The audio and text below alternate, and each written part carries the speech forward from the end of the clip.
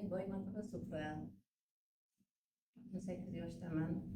Do'stlik mahallasida yashayman. Mahallada faollardanman. O'qituvchi bo'lib ishlaganman shu vaqtgacha. Nafaqadaman. Nafaqada bo'lsam ham kitob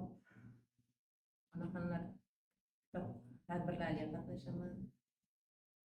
San'atga qiziqaman, musiqaga, mana shu she'riyatga, Muhammad Yusuf she'rlarini yod olganman.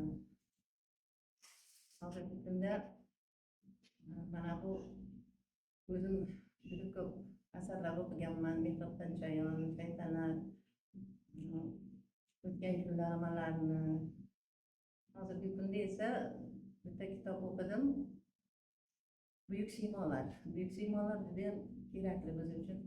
Ko'p bolalarimiz, nebaralarimiz, o'quvchilarimiz mana shu buyuk siymolarimizni, tariximizni yaxshi bilishmaydi. Bunday qaraganimizda bir tarixiy shaxslar juda ham mashhur, o'zimiz O'zbekistonda yashagan, O'zbekistonda ijod qilgan. Nima uchun bu chet ellarda bunday shaxslar bo'lmagan? Men shunga qiziqaman. Va qiziqib o'qib chiqdim, juda ham ajoyib.